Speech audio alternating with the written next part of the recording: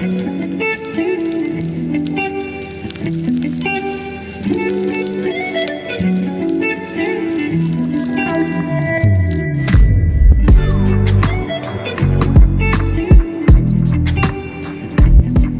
up, YouTube? We back in the States. Okay, we are back again, you guys, and we have a fun topic today.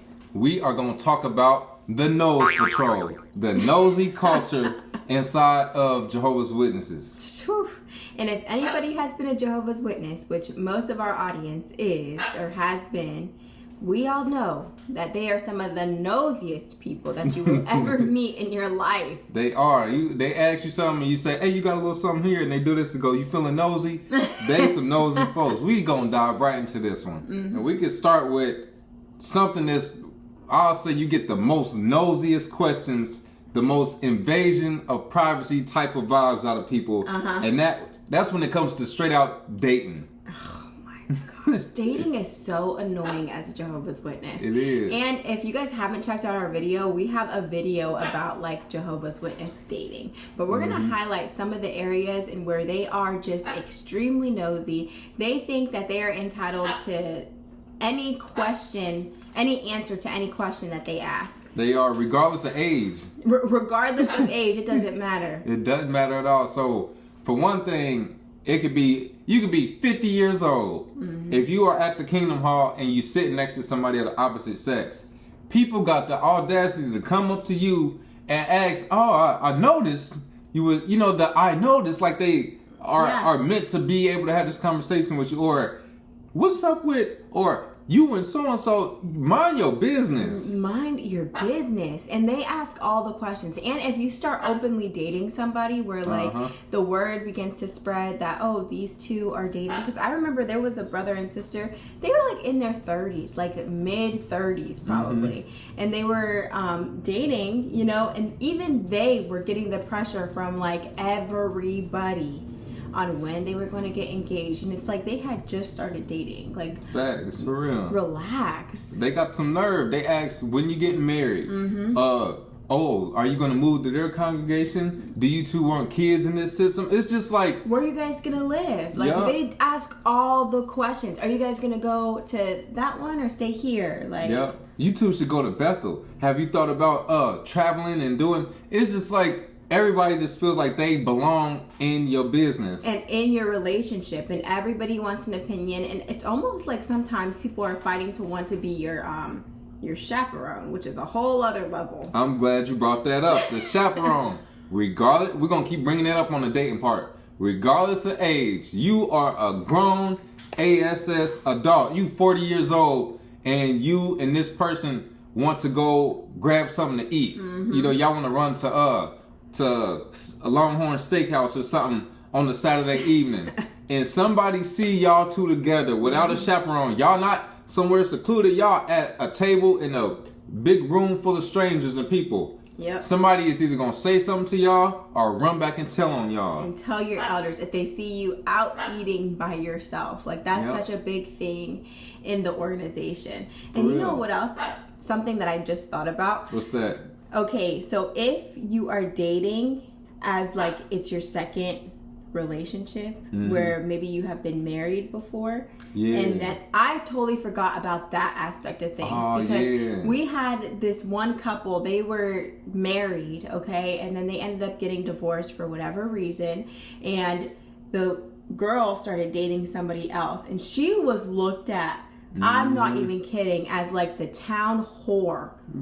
Just because she decided to date somebody else after her marriage. You know what I mean? And I'm pretty sure she married whoever it is that, I think she was a cheat.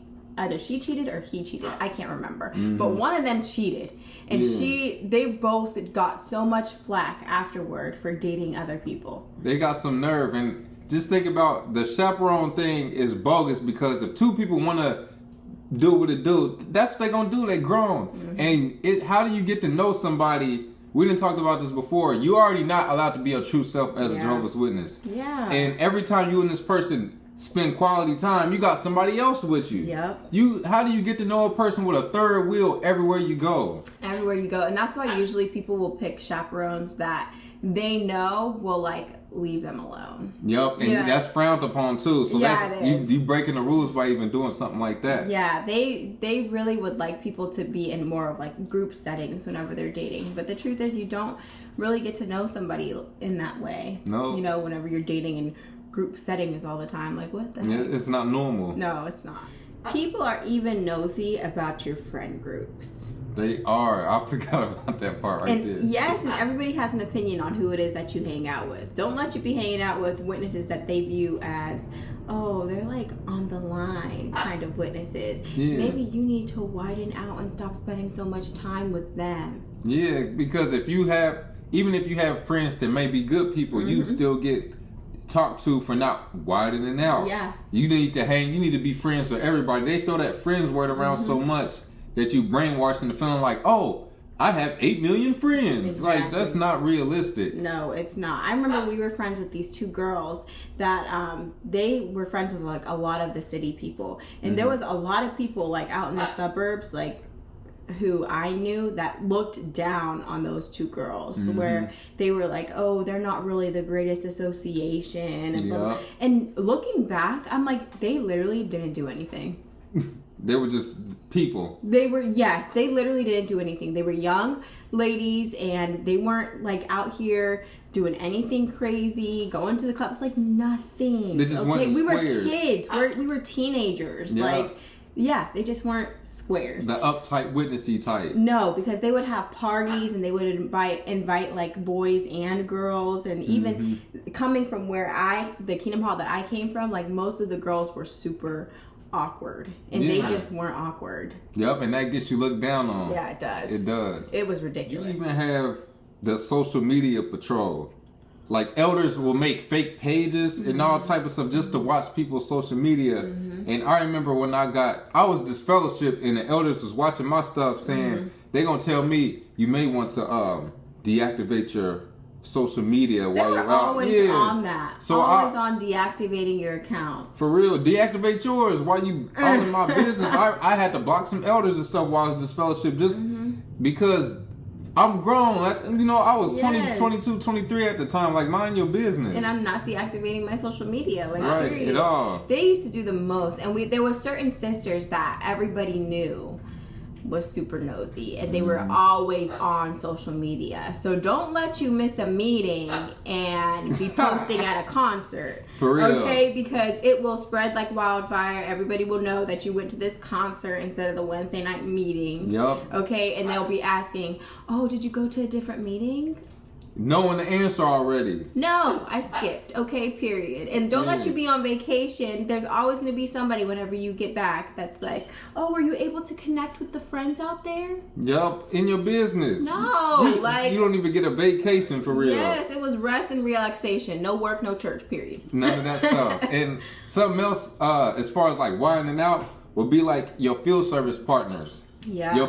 If you had like the usual field service partner that was all a friend, the time. Yeah, you need to widen out and get to know more people. I remember a sister, I could not stand this sister. She rubbed a lot of people the wrong way, but she was the coordinator's wife. Pioneer, and she was nosy as all get out. Yeah. And she gonna tell me one time, we never worked together in service. We should work together sometime.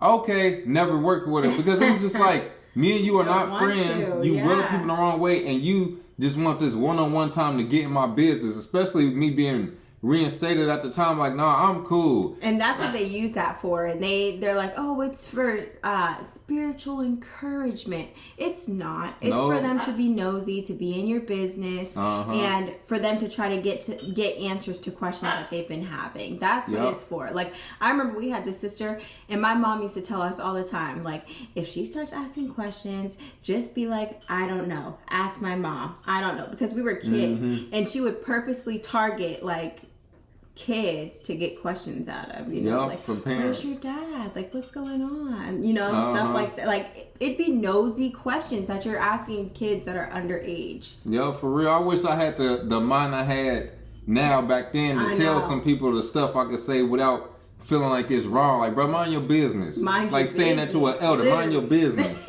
Because that's what 1 Thessalonians 4:11 I want to say. Because my homie Mark will always quote that because he talk about how nosy everybody was. Yeah. First Thessalonians, I want to say it was 4:11. About minding your business. You know who else's favorite scripture that is? Who? Grandma BB's. See?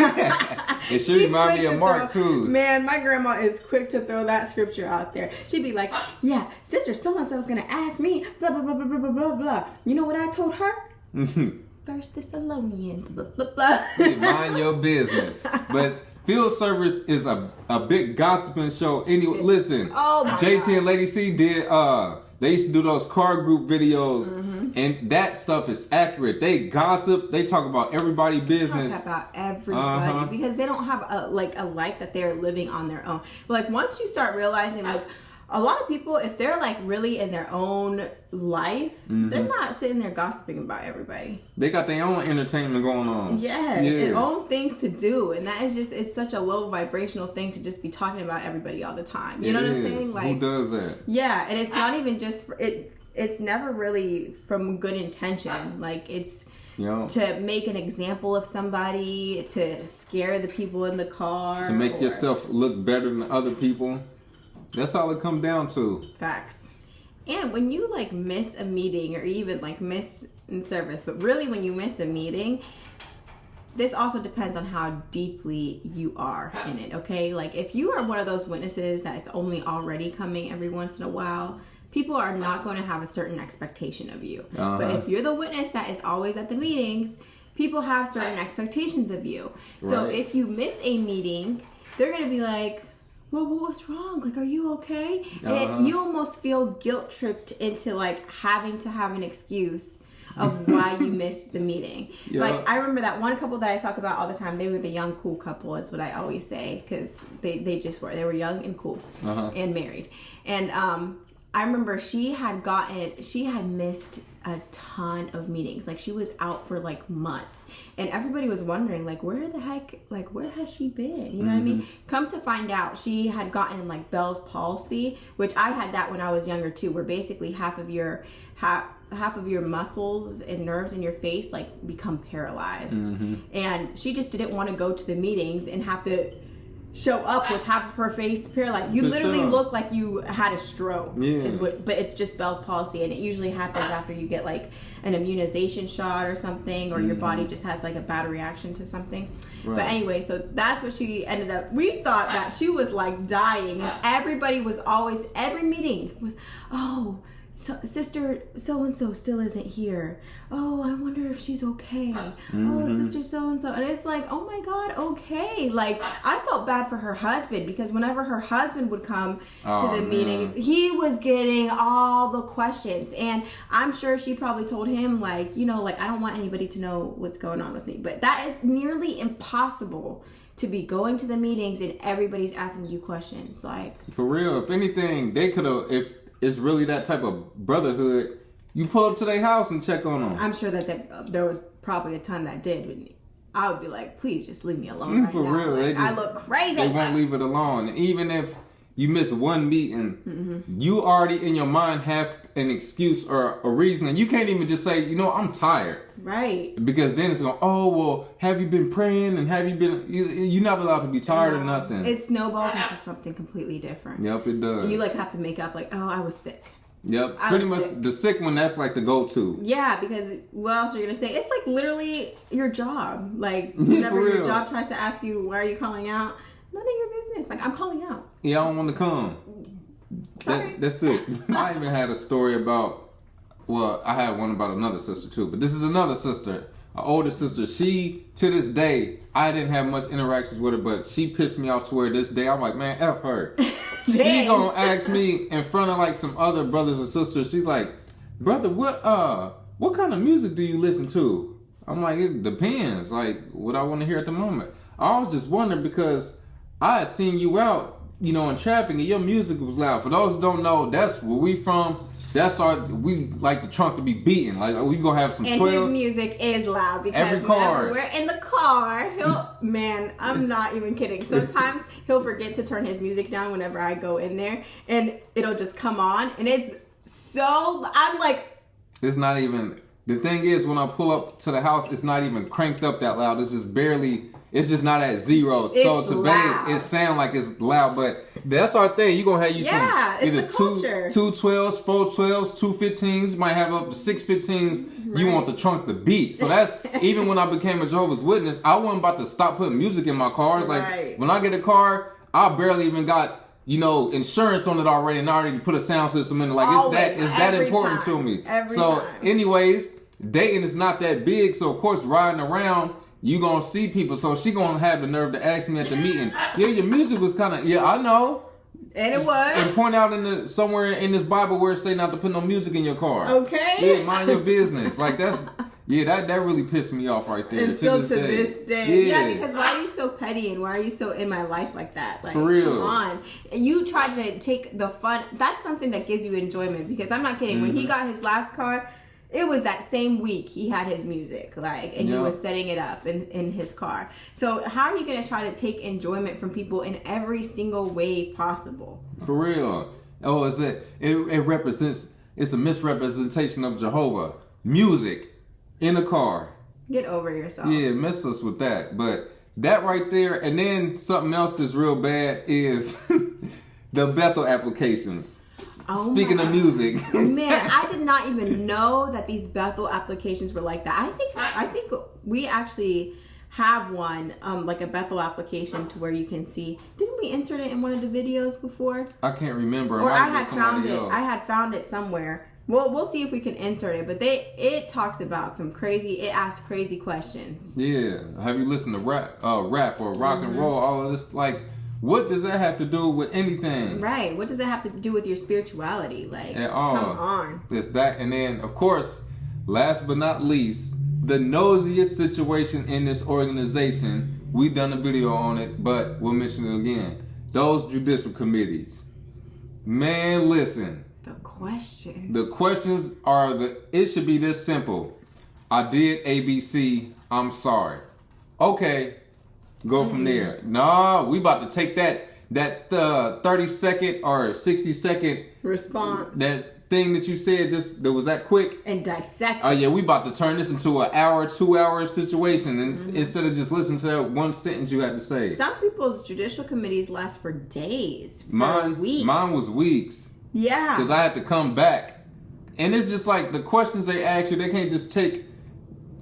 Just you saying something and just rolling with it. Now we need to insert more creep questions. We're gonna do a skit on that, but we ain't gonna spoil it. Yeah. But it's just like they ask unnecessary questions that has nothing to do with nothing. No, and the more pieces of the puzzle that is added into it, the longer it takes. Because if other people know about it, again, the nosy culture. Because if other people know, now it's really misrepresenting Jehovah, which is an organization. And so now they have to talk to those people. For real. It's literally nosy from like the governing body, the circuit overseer, the elders, and it trickles down. Women are already nosy at baseline. For real. So the sisters, like in the wives of so many of these elders, are ridiculously freaking nosy. I'm glad you brought that out because I forgot about this. JT was talking about that when we asked him and Lady C, like, all right, when you was an elder, did you ever have brothers get in trouble for spilling the tea with their wives? He was like, well, nobody was dumb enough to talk about it. But so we had a brother that was an elder, and all of a sudden he just got removed as an elder. To this day, he is still not an elder again, but he does all the witness rules.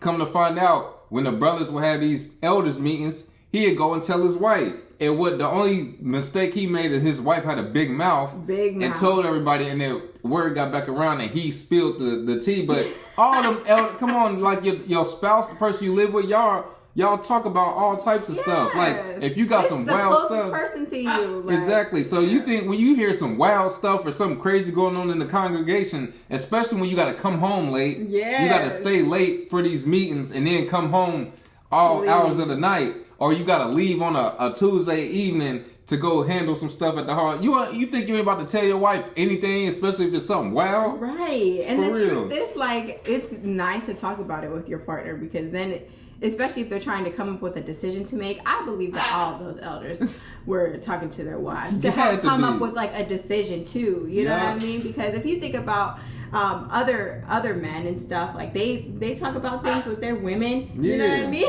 So normal. It is what it is. Like it's just a normal part. And this is the person you got the bond with. You don't have a real bond or no marriage bond with nobody else at the hall. Like this is your person right here. So yeah, that's the nosy culture. You know the whites be wanting to know. I would want to know. I'd be like, so what happened? Yup. You ain't gonna believe what brother so and so did. Like, brother so and so a freak. Like next thing you know, you looking at this brother all crazy now because you know what happened in that judicial meeting. You know what I'm saying? That's for real. But we just wanted to do a quick video on these nosy people. They so nosy. We ain't been to the Kingdom Hall in about 4 or 5 years. And they still are talking about us. Like, for real. And it'll get back to us every once in a while from somebody who heard from somebody else. And it's like... Yeah, like, they doing apostate videos. So, don't watch it. That's like, simple. What? Yeah, get out of our business. Yeah, seriously. Like, oh, you know they're apostates now. Okay. Yeah, good for us. Yeah. You an apostate too. But yeah, we just wanted to drop that one. We got our Instagram at Awaken Truths IG. Keep hitting us on there. Let us know in the comments some of y'all knows these stories too, because I know y'all got some good ones. Oh yeah, and we have to tell you guys, we've been having another idea of doing like, we've gotten asked before to do live video on YouTube. Yeah. We could do like a question and answer type style live video. You guys let us know what you think about that, and maybe we'll put that into the works as well. Yeah, we'll do that. And also, once our TikTok gets to 1,000 followers, we'll go live on there too. And that's at Awaken Truths LLC. We have our healing journal in the description. Mm-hmm. You already know the deal with that one. Mm-hmm. And what else we got for them? Don't forget to like, comment, and subscribe, and we will catch y'all in the next one. Peace.